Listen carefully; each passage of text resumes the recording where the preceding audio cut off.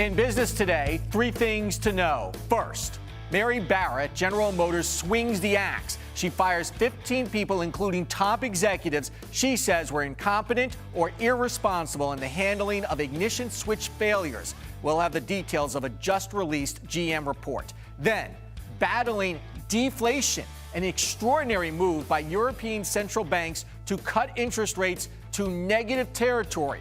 Why it may work and why it may not. And the Pope hands out pink slips. Francis takes moves to clean up the Vatican's unholy finances. Arisexchange starts now.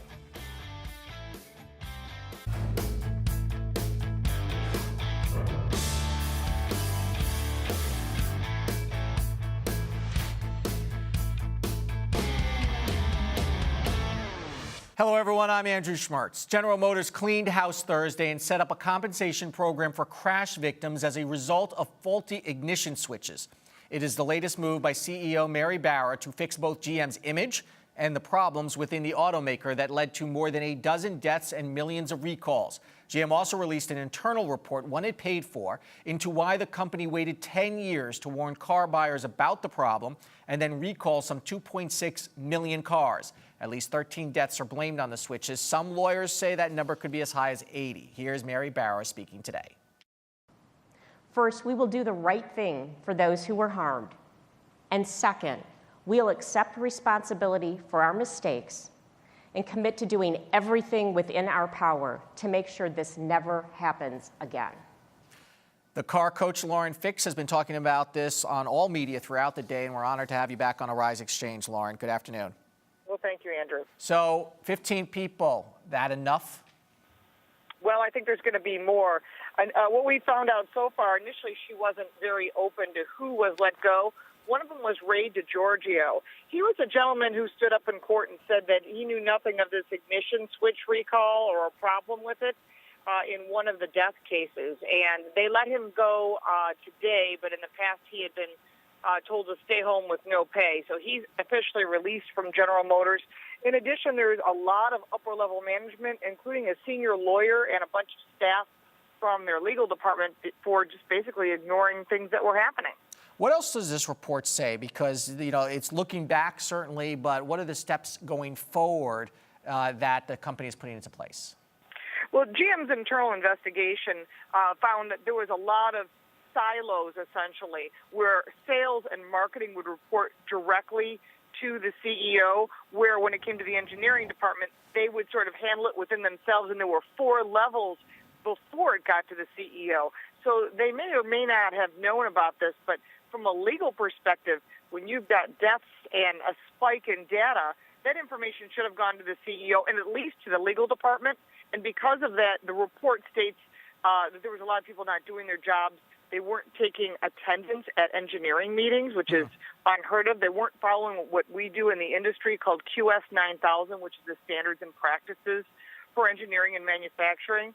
And because of that, a lot of things fell through the crack, and there was no documentation. And of the 325 pages that I've been sifting through, it's a lot of very not light reading. I did find something about the GM nod, where from an engineering standpoint, they would have an engineering meeting, they agree that a change needed to be done, they'd all nod to each other, leave the room, and nothing would get done. Do you get the Lauren, do you get the sense that this report is fully truthful and that they're not concerned about the legal ramifications of issuing this report, meaning it's not a CYA report? You know, we discussed that amongst a bunch of our journalists. One of the things we know that as a taxpayer, I would not want the taxpayers to have to pay for this report. Yeah. But the fact that they hired Anton Valukas to do this, former prosecutor, really he has to protect his career, his reputation, and I don't think that a person at this level would put out disinformation in order to make GM look good, even though they're paying him. So we've all kind of agreed that this report really is quite thorough, and Mary Barra and the team are going back in front of Congress again in August, and I'm sure it'll be read thoroughly, and they will come after them. And finally, what about the compensation program that she set up today? Can you tell us a little bit about that and who is going to administer it? Yeah, the compensation program is very interesting to me. It's only for people who are in the front seat, that's passenger or driver, who are injured or potentially or killed. And one of the reporters who was in the room asked a question, what about people that were in the back seat that died? And they're not included in this compensation package. So to me, that's not fully covering the loss that they caused. On the second hand of this has not been all put together, but the gentleman who did the 9/11 case, he's going to be handling this. I think that there's a lot of money being set aside, and it is a very nice gesture, and it is important that they try to take care of some of these deaths and people that were permanently injured. On the other hand, I always say, I recommend to people, we don't know what the details are, and what the big print gives, the small print may take away. So if you're willing to sign off for X amount of dollars, it's highly likely that you may not have a chance in the future to go back after GM. That's right, and this is entirely voluntary. Kenneth Feinberg is the person who will be heading this up. He did the 9/11 money. He did the Hurricane Katrina, I believe. He's kind of the professional compensation guy these days. Lauren Fix, thank you so much. Thank you.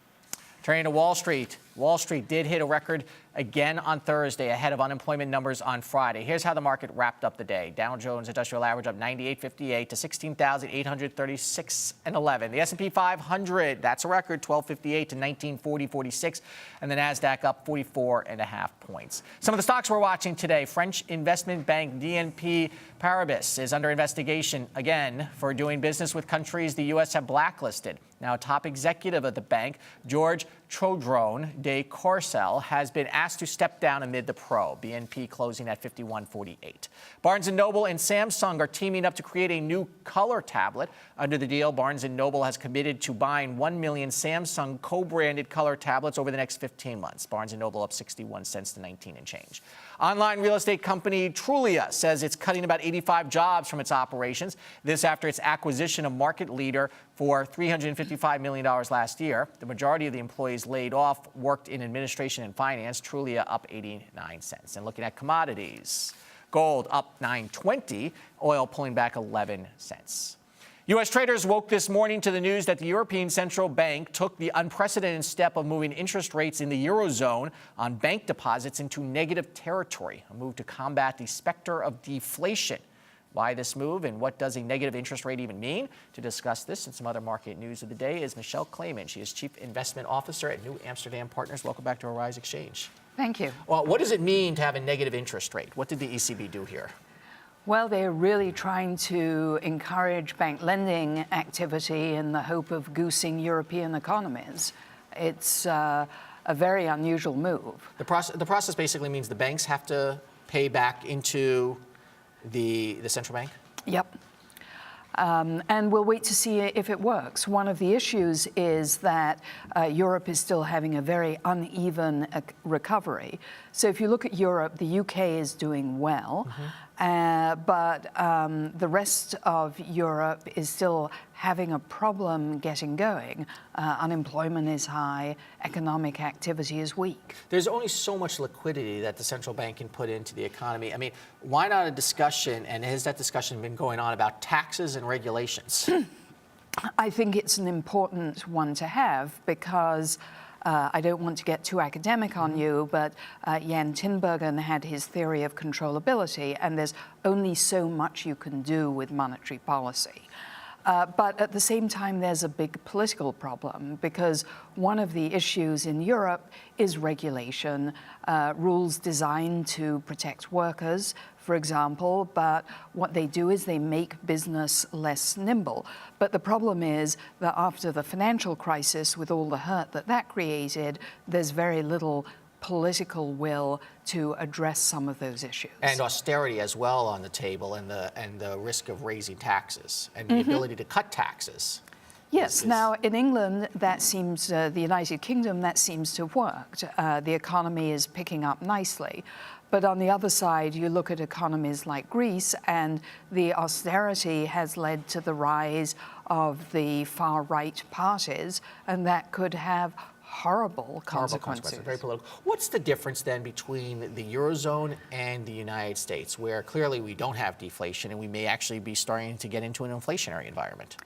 Well, the U.S. obviously is a huge world economy, and even though we're dependent on other countries for trade, we have enormous power here at home, and there are signs that the U.S. domestic economy is picking up. Okay, and speaking of that, tomorrow we're going to get the May unemployment numbers from the Labor Department. What do you think we're going to look at?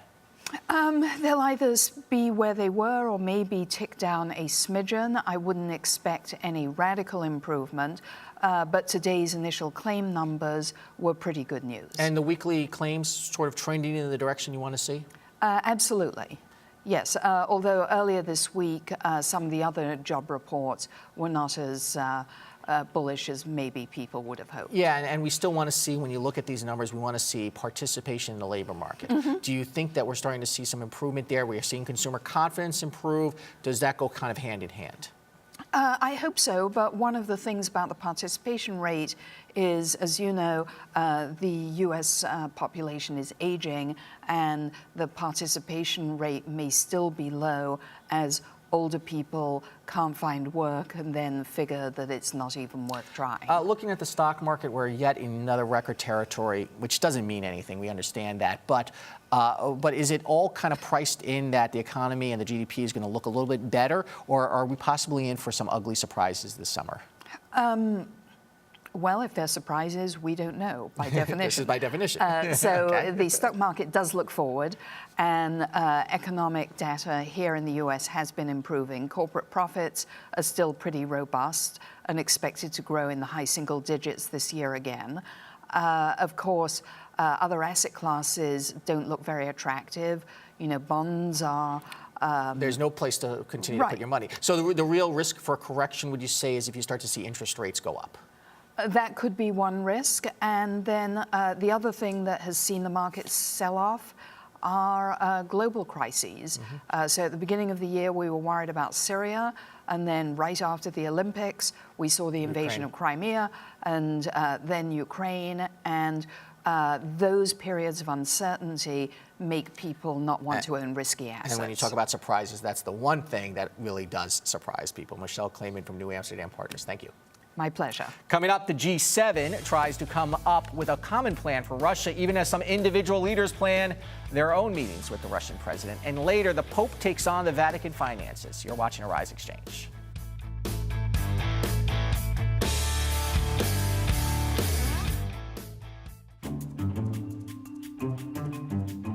If I was building my own news network, first thing I think I'd want high-quality reporters, very educated, intelligent people. Hello, I'm Francesca Maxime. I'm Julian Phillips. I'm Wendy Gillette. I'm Sophia Song Hai. I'm Gary Anthony Ramsey. Thank you for joining us here in New York City. I would like to see more people of color represented in high positions in media. We've got world-class journalists, veteran journalists who have been in this industry for decades, not just in front of the camera, but behind the scenes as well. People need to understand the problems that are going on in the community are much closer than we actually think they are. Kayla Phillips is one of the shoppers who is suing Barney's, and she is here with her attorney. What is it that you want from them? Not to judge every African-American person that comes in your store.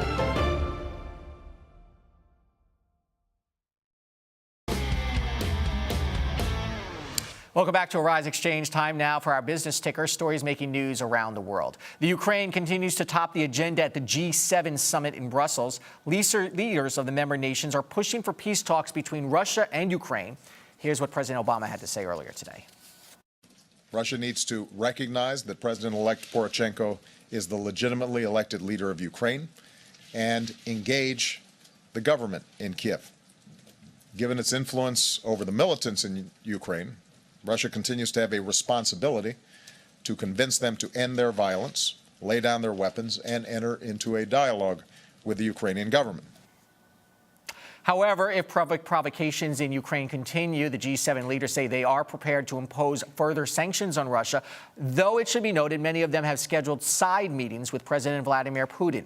Other topics discussed on the last day of the summit included the global economic outlook, Outlook, climate change, and energy security, which has become especially touchy for the EU because of its dependence on Russian gas. President Obama will wrap up his European visit on Friday with ceremonies commemorating the 70th anniversary of the D-Day landings in Normandy, which President Putin will also be attending.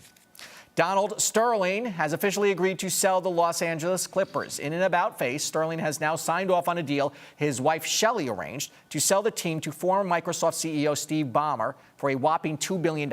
According to Sterling's lawyers, all disputes and outstanding issues have been resolved. That includes the billion-dollar lawsuit against the NBA, which Sterling has now dropped. As the minimum wage debate rages on, the world's largest restaurant chain has come out in support of a hike. McDonald's CEO Don Thompson suggested that his company would support a bill proposed by the president, raising the federal minimum wage to $10.10 an hour from $7.25. However, McDonald's has routinely said that they are not involved in the wage decisions of their franchises, which make up 90% of all McDonald's restaurants. And couples now are signing social media prenups. The popular new trend bans couples from sharing certain posts. A social media agreement states what each spouse is allowed to put online and what consequences will follow if the rules are broken. Typically, it would bar couples from posting nude or embarrassing photos that might harm their significant other's reputations. I'm sure many of us wish we had that a few years ago. Pope Francis continues his sweeping reforms at the Vatican in his latest attempt to rehabilitate the Vatican Bank. He removed the entire board of the Financial Information Authority today, which is the Holy See's financial watchdog. With more on the shakeup is Sandra Yocum, professor of religious studies at the University of Dayton. Professor, thank you for joining us here on Arisexchange. Sure. Glad to be with you. So what did the Pope do today? I mean, we have to remember the Pope is not just the spiritual leader. He is the chief executive officer of the Vatican. What kind of moves did he make? Well, today, as I understand it, he sacked the 5 members of the board and replaced them with 4 new members from different parts of the world. The 5 that he fired, so to speak, were all Italian, and so now there are 4 members of the board, and they're from Switzerland, the United States, Singapore, and I'm trying to remember the last one. Okay, yeah. So he went for some more diversity here, and not just Italians. And the question though is why did he do this? Because the Vatican has publicly stated that's been taking steps to clean up its mess. Well, I think that the Pope Francis wants to, he has promised to reform the bureaucracy within the Vatican, and he certainly wants to do that in a way that is, that makes clear a commitment, especially in the area of finances, to honesty and transparency. And so I think this is part of his effort to show that he is serious about the kinds of reforms that he's promised to make. Can you give us a little background on the problems that the Vatican has had? And, for example, the Vatican Bank, it has been accused of everything from money laundering to just outright incompetence, correct? Yes, I think that there's a couple of cases pending in which mismanagement of funds and also accusations of money laundering. The Vatican Bank, as I understand it, is really only to hold deposits of those who work within the Vatican, but evidently it has been used for other purposes, some of them which have proved to be questionable. What kind of resistance do you think the Pope gets internally in the Vatican? I mean, we see the Pope as sort of all-powering, but this is a bureaucratic operation there. Do you get a sense that he has a firm grip of control here, or is there a lot of pushback? I think that the Vatican is like any large, well-established bureaucracy, and we all know what it's like to work within a large, well-established bureaucracies. And so while I think the Pope does have a lot of authority and he has a lot of decision-making power to effect change, I think there will continue to be challenges that come with a long-standing bureaucracy. One of the most difficult things, of course, in any institution is to change its culture, and in part, that's really what Francis is trying to do. And the culture has been about secrecy, hasn't it? Well, it has been about secrecy, and that has not been it's not made the Vatican credible in terms of its finances, and certainly the Pope is very committed. He talks about this frequently of having a clear sense that the Vatican bank's dealings are honest and they're transparent. Are there any criminal implications here? Are there criminal investigations going on, do you know of? Well, I think that there's one more case that has just come up, and I cannot remember the parties involved, but it involves the misuse of, I think, of $20 million. So there's, I think, an investigation underway, and I think Pope Francis, on his trip back from the Middle East, said that the investigation continues, and he's waiting to see the credibility of that report. Some of this is so opaque. For Catholics watching this, how are they going to be able to measure progress?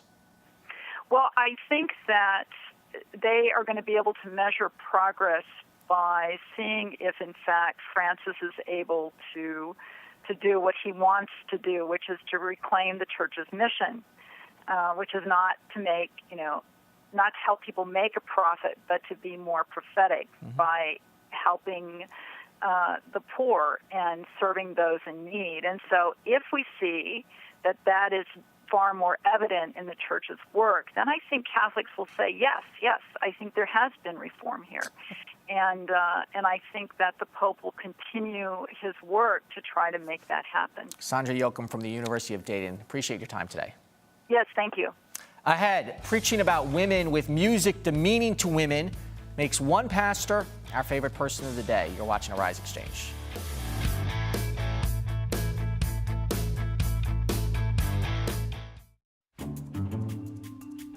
Looking at mainstream news stations where only you have a very small minority of people of color being newscasters and actually having prominent roles in the media. In a newsroom in the United States, maybe 10% of decision makers come from communities of diversity. That's not right. Well, diversity is important because the more complete the news is, the more accurate a picture you're getting of the world, and the more you can form an accurate opinion of things.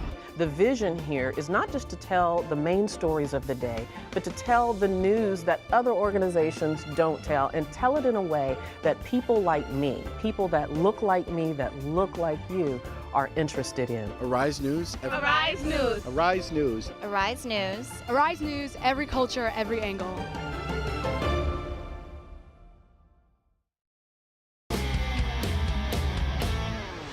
Some middle school girls in Atlanta ran into the regulatory police state this week. 24 seventh graders at the Cohen Road Middle School in Spalding County have been suspended for a Facebook post where they encouraged their fellow students to break dress code the final week of the school. Some of the students suspended merely posted comments on the Facebook post. In announcing the suspensions, the principal called the comments, quote, a terrorist threat. It should be noted that the students were punished not for actually breaking dress code, but for just speaking and voicing their opinion. No comment from the school. And that takes us to our favorite person of the day, when we pick one person who grabbed our attention and not for the right reasons. Today, it is Baltimore pastor Jamal Bryant who runs the Empowerment Temple. I'm going to start the Empowerment Temple. I like the name. The good pastor has expressed colorful opinions about women in many sermons, but now he has borrowed a phrase from that champion of women rights himself, Chris Brown. In a sermon, Bryant went on about how man should only be with godly women and avoid, quote, side chicks. And then came the Chris Brown reference. Take a listen. But I got to tell you, these hoes ain't loyal. You got to find somebody. That's from a Chris Brown song. His congregation, well, seemed to like it, even though he was quoting from a well-known wife-beater. Bryant, who has had an affair himself while married, went on with comments about baby mamas and sanctified sissies. And so Pastor Jamal Bryant is our favorite person of the day. Coming up, could millennials be the solution for the housing malaise? You're watching Arisexchange.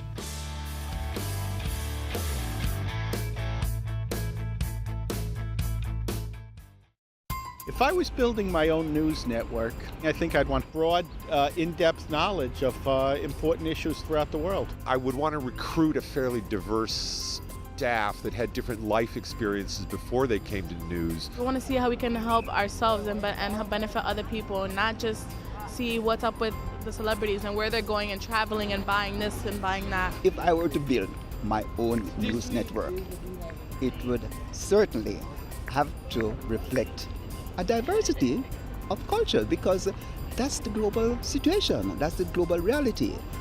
I would probably bring a lot of personal stories, really personal stories from the leaders of all countries.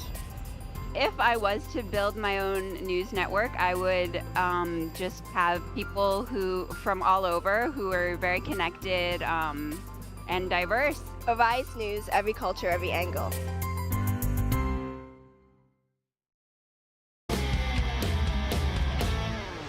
So recent data indicates that the housing market has been picking up steam, falling home prices and low interest rates, making it more attractive for some buyers. However, new mortgage rules have made it tougher and costlier to get a mortgage. According to the U.S. Census, home ownership dropped to 64.8%. That's the lowest level since 1995. Jeff Tanenbaum is Senior Vice President with Halstead Property, and he's back here on Arisexchange. What do you make of this recent poll that half of Americans no longer see buying a home as part of the American dream? I think that where we are in the current market with low inventory, prices through the roof, many millennials are probably throwing their hands up and saying, I can't compete in this market, I don't have the money.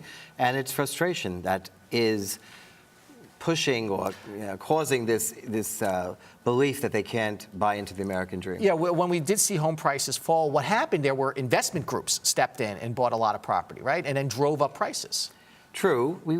That's one reason. We really don't know the full extent of why the inventory has been so low in low recent interest memory, rates, yeah. And et cetera. But the bottom line is that the inventory is low across the country, and that prices are very high. Mm-hmm. And it is causing many to just not feel that they are prepared to make that investment. So there's also a poll out that millennials, which defined, I think you said below 35 years old, right. Are simply living with their parents longer after college and even for years going on. But doesn't that give you some hope that the shifting demographics will help the market? I feel very confident that... Because here's why. They're not paying rent necessarily, or right. They're paying low rent. They're saving money. Hopefully they're saving money. Well, yeah. What we need to educate is the millennials to understand how to position themselves to make a purchase. They need to respect not spending but saving. Mm-hmm. They need to be encouraged to save. They need to respect how much they really can afford. No one wants them to spend more than 31% of their gross monthly income for a housing expense. It can't always be fantasy. Almost impossible in New York City, isn't it? It's tougher in New York City. Sure. So let's talk about getting a mortgage these days. The government has once again decided to change the mortgage rules, realizing that it's just about impossible to get a mortgage. Do you believe that's going to start juicing the market? I think that the rates may not be the issue. The stipulation as to how to get the mortgage or giving them the mortgage might be the issue. I'm looking for the government to bring back the tax credit of 2008 as an option. I'm looking at rates to become more competitive based on terms. And I really believe education for millennials is the best way so they can compare mortgage products for what really works for them. Let me ask you philosophically, for those 50% who say that buying a home is not as important anymore, what do you say to them? Why is buying a home so key, do you think, to building wealth? I believe unequivocally buying a home affords everyone tax incentives that bolster their net income, gives them equity, and is really one of the only possibilities where they can branch out and get loans short-term, like a HELOC, a home improvement loan, for something they may need. Because they have a piece of equity to borrow Exactly. against. There's nothing else that offers that. What are you seeing on the ground? What are the homes that are moving right now? Expensive housing is moving. Well, sure, luxury. Luxury is always moving. I think that many millennials are moving away from single-family homes to condo. It's less maintenance. Mm-hmm. The HOA fees, if they're reasonable, are acceptable. Those are the maintenance fees? Those are the maintenance fees. But the other fees associated with landscaping or with repairs or whatever it might be are still a concern once you buy. And again, they don't have to see that in a condo because things are taken care of for Okay, them. we're going to have you on over the summer again to see how it's shaping up. Jeff Tanenbaum with Halstead Property. Thank you so much. Appreciate it. Tomorrow on Arisexchange, the U.S. Department of Labor releases the May jobs report. Where will those results come in? Let's take a look at the markets once again. The Dow Jones Industrial Average, S&P 500. If we have them, well, I'll just tell you. They hit another record today. We'll find out what the markets, how they close out the week tomorrow. I'm Andrew Schmertz. Thanks for watching Arisexchange.